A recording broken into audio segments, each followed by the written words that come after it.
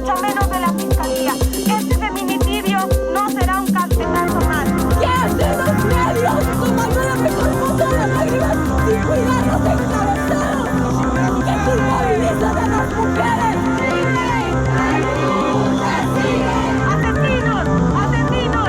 ¡Asesinos son ustedes! En la guerra contra el narco, las que mueren son mujeres.